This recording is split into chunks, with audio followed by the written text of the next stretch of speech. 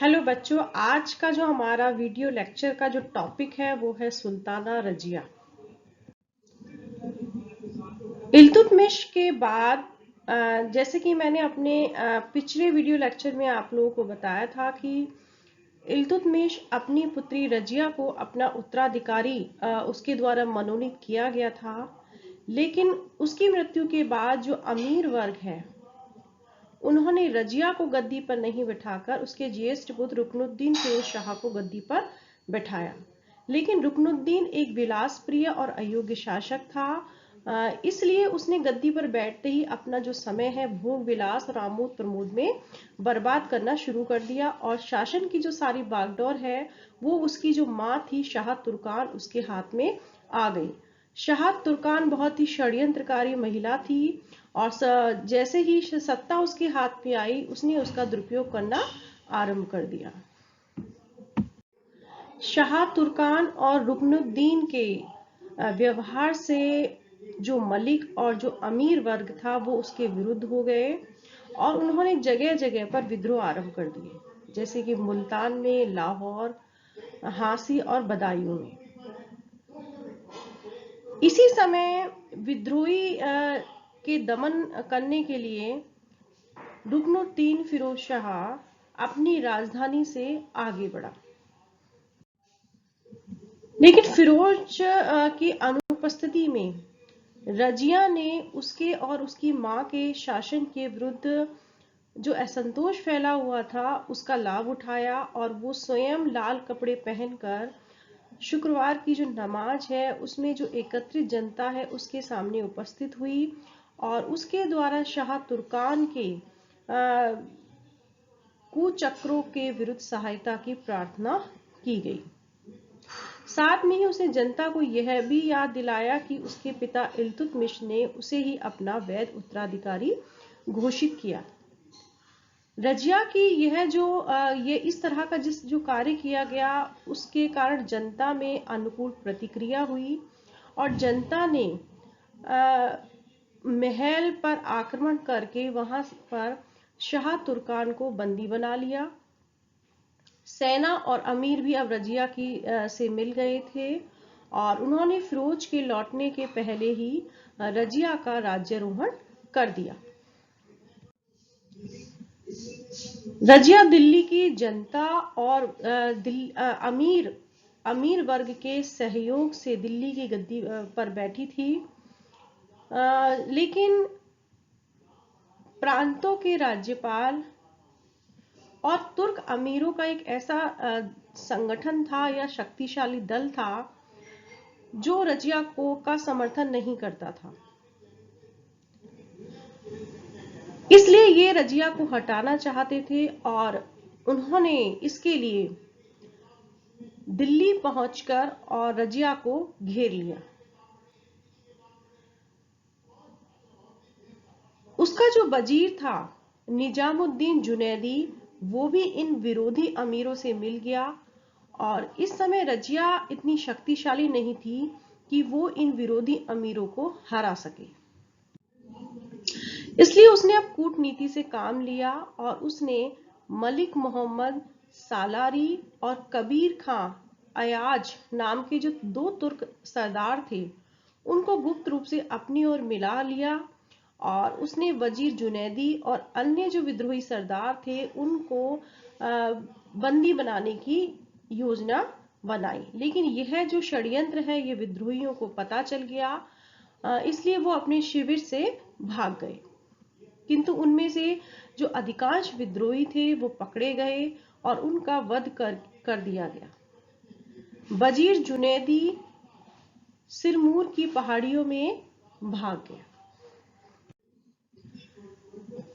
इस तरह से विद्रोही अमीरों को पराजित करने के बाद अब रजिया की जो स्थिति थी वो काफी सुदृढ़ हो गई और अब उसने शासन का पुनर्गठन करने का निश्चय किया और उसने ख्वाजा मुहज्जुबुद्दीन को निजामुद्दीन जुनैदी की जगह वजीर नियुक्त किया। प्रांतों के जो राज्यपाल थे उनके पदों को भी उसने अपने समर्थक अमीरों को वहां पर नियुक्त करके उन्हें बदल दिया। तो इस प्रकार उसने अपनी राजनीतिक सूझबूझ से विद्रोही जो तत्व थे उनका विनाश कर दिया। प्रशासन की उचित व्यवस्था करने के बाद रजिया ने शासन की जो बागडोर है वो पूरी तरह से अपने हाथ में लेने का निश्चय किया, लेकिन यह तभी संभव था जब वो स्त्री जनित जो कुप्रथा है, पर्दा प्रथा, उसका त्याग करे। तो इसलिए उसने अब स्त्रियों की पोशाक और पर्दा का त्याग कर दिया और पुरुषों के समान ही उसने अब वस्त्र पहनना, जनता के सामने घोड़े की सवारी करना, खुले दरबार में राजकाज करना शुरू कर दिया। इसके अलावा उसने राज्य के उच्च पदों पर तुर्क अमीरों की शक्ति और प्रभाव को कम करने के लिए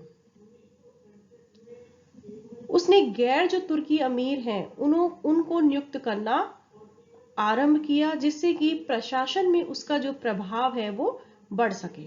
और इसी उद्देश्य से उसने जमालुद्दीन याकुत नाम के एक हबशी अमीर को अमीर आखुर के पद पर नियुक्त किया और उसे अपना विश्वास पात्र बना लिया। रजिया का ये जो कार्य किया जा रहा था यह तुर्की अमीरों को पसंद नहीं आया। रजिया को अपदस्थ करने के लिए तुर्की सरदारों ने उसके विरुद्ध षड्यंत्र रचना आरंभ कर दिया और वो रजिया को हटाकर ऐसे व्यक्ति को गद्दी पर बिठाना चाहते थे जो कि कमजोर हो और अपनी उसकी इच्छा के अनुसार कार्य कर सके। अब जो षड्यंत्रकारी थे उनका जो मुख्य नेता वो अमीर हाजिब इख्तियारुद्दीन ऐतगीन था। षड्यंत्रकारी इस बात से परिचित थे कि रजिया को दिल्ली की जनता और सैनिकों का पूर्ण समर्थन प्राप्त है, इसलिए अगर रजिया को परास्त करना है तो उसको दूर के दूरस्थ प्रदेश में ले जाकर वहां उसको समाप्त करना होगा। इस योजना के अनुसार 1240 के आरंभ में लाहौर का जो राज्यपाल कबीर खां अयाज ने विद्रोह कर दिया, किंतु रजिया ने शीघ्र वहां पहुंचकर इस विद्रोह का दमन किया और कबीर खां के इस विद्रोह का दमन करके रजिया दिल्ली लौटी थी कि भटिंडा के गवर्नर अल्तुनिया के विद्रोह की उसको सूचना मिली, जो कि ऐतगीन का मित्र था। इस विद्रोह का दमन करने के लिए रजिया ने भटिंडा की ओर कूच किया। इस संदर्भ में मिनहाज ने लिखा है कि इस समय गुप्त रूप से राजधानी के कुछ अमीर भी अल्तुनिया से मिले हुए थे और इसलिए जब रजिया अपनी सेनाओं के साथ भटिंडा पहुंची तो पूर्व योजना के अनुसार उसकी सेना के कुछ तुर्क अमीरों ने विद्रोह करके याकुत की, जो कि रजिया की शक्ति का मुख्य आधार स्तंभ था, उसको हत्या कर दी और इसी समय रजिया को गिरफ्तार करके भटिंडे के किले में भेज दिया गया। षड्यंत्रकारियों ने जब अपनी राजनीतिक योजना को क्रियान्वित करने का विचार किया तो उन्होंने अब इल्तुतमिश का जो तीसरा पुत्र था बहराम शाह, उसको सुल्तान बनाने का निर्णय किया। इसलिए रजिया की गिरफ्तारी का जैसे ही समाचार दिल्ली के तुर्क अमीरों को मिला तो उन्होंने बहराम शाह को दिल्ली की गद्दी पर बैठा दिया। मिनहाज इस संदर्भ में लिखता है कि इस समय गुप्त रूप से राजधानी के कुछ अमीर भी अल्तुनिया से मिले हुए थे और इस बार षड्यंत्रकारियों ने बड़ी सावधानी से अपनी योजना बनाई थी। इस तरह से मिनहाज के अनुसार रजिया ने 3 वर्ष 6 माह 6 दिन तक शासन किया और ताज और तुर्क अमीर वर्ग के बीच जो सत्ता के लिए जो संघर्ष हुआ उसमें अंत में तुर्क अमीर वर्ग की विजय हुई। बहराम के राज्यारोहण के समय राजकीय पदों का जो वितरण हुआ था उसमें जो अल्तुनिया था उसको उसकी आशा के अनुरूप पद प्राप्त नहीं हुआ था, इसलिए वह नाराज था और अपनी आकांक्षा की पूर्ति के लिए उसने एक योजना बनाई और उसने बंदी रजिया से विवाह करके सिंहासन पर अधिकार करने का एक योजना बनाई, जो रजिया को भी काफी पसंद आई। इसलिए अगस्त 1240 में अल्तुनिया ने रजिया के साथ विवाह कर लिया और वे दोनों राजधानी पर अधिकार करने के लिए रवाना हो गए। किंतु बहराम शाह की सेना द्वारा वो पराजित हुए और उन्हें भटिंडा की ओर भागना पड़ा और रास्ते में कैथल के पास 13 दिसंबर 1240 में कुछ हिंदू डाकुओं ने उनको मार डाला। तो इस तरह से रजिया, जिसका कि शासनकाल 1226 से 1240 बहुत ही शॉर्ट टाइम रहा, लेकिन भारतीय इतिहास में पहली बार एक स्त्री के द्वारा शासन संचालन किया गया। यही दिल्ली सल्तनत में की एक बहुत बड़ी विशेषता है कि एक स्त्री को भी शासन करने का मौका मिला। अब बात करते हैं कि ऐसी वो क्या कारण थे जिसके कारण रजिया का पतन हुआ।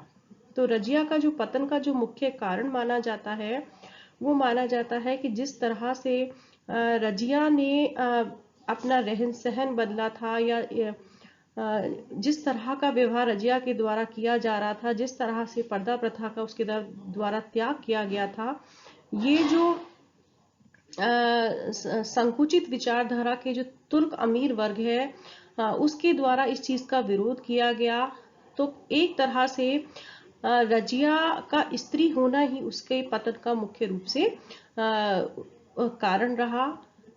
यद्यपि इतिहासकार रजिया के याकुत नामक हबशी अमीर से प्रेम संबंधों को भी पतन का कारण मानते हैं, लेकिन इस मत को स्वीकार नहीं किया जा सकता।